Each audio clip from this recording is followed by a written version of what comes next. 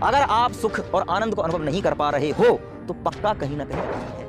अगर वो पूर्णता भर गई आपकी जीवन में श्रद्धा भक्ति, हमारे जीवन में आनंद रहेगा, हमारे जीवन में शक्ति का एकदम प्रचुर मात्रा में शक्ति का प्रवाह रहेगा और हमें संसार को गजब भक्ति, प्राणियों के प्रति करुणा, ये शब्द बोलने में बहुत सरल और इतने छोटे लगते हैं। कोई महात्मा है, हमारे पास ग्रंथ हैं, गीता है, वेद हैं, इनको बढ़िया एकदम जीवन में श्रद्धा भक्ति प्राणिम प्रति करुणा मुनिजन वाणी कविजन वाणी श्रुति ज्ञानम गणना सदा भवानी हृदम प्रियमते श्रद्धा मया मनसी कविजन वाणी मुनिजन वाणी श्रुति ज्ञानम मनसी। हमारा जीवन कैसा होना चाहिए? हम अपने जीवन में संसार में रहते हुए दुखी ज़्यादा क्यों रहते हैं? अगर हम सुख को प्राप्त भी कर रहे हैं ना, वो उसको प्राप्त करने के तरीके में भी हमको दुख में ही रह रहे हैं हम। कैसे? अगर मुझे कहीं जाना है, वहाँ जाके मुझे कोई चीज़ प्राप्त होने वाली है, तो वहाँ जाने का जो मार्ग है ना, उस मार्ग में जितनी बाधा आती हैं, उस बाधाओं को लेके मैं इतना ज़्यादा चिंतित हो जाता हूँ, इतना ज़्यादा परेशान हो जाता हूँ कि वहाँ पहुँचने के बाद जो सुख मिल रहा है ना, उसको मैं ध्यान ही नहीं देता। अच्छा, एक चीज़ और कही जाती है, ऐसे कही जाती है कि जहाँ हम पहुँच रहे हैं या जहाँ हम जाने वाले हैं, वहाँ जाके हमको सुख मिलेगा, तो उसमें चाहे कितनी बाधाएँ आएँ, वो सारी की सारी बाधाएँ हमें सुखी लगती हैं, वहाँ हम दुखी नहीं होते।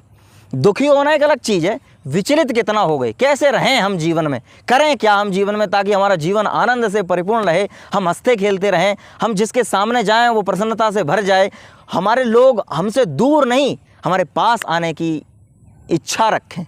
कैसे? श्रद्धा भक्ति प्राणियों के प्रति करुणा, ये शब्द बोलने में बहुत सरल और इतने छोटे लगते हैं कि सामान्य प्रचारकों द्वारा, विद्वानों द्वारा, मंचों द्वारा ये शब्द खूब बोले जाते हैं।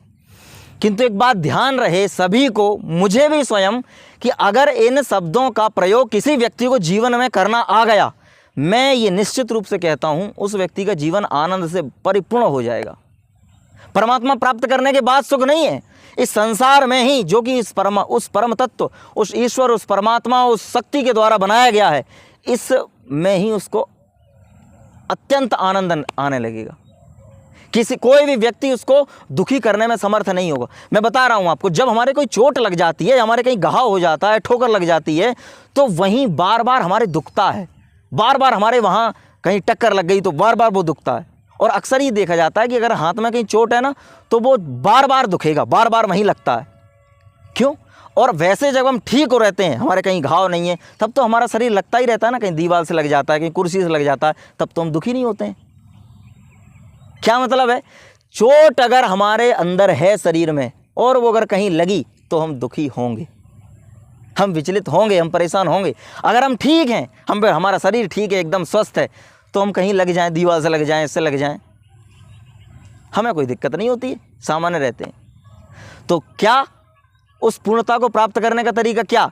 जीवन में श्रद्धा भक्ति प्राणियों के प्रति करुणा, जो ऋषिजन लोग हैं उनके प्रति श्रद्धा का भाव होना, ये सब हमको पूर्ण करता है।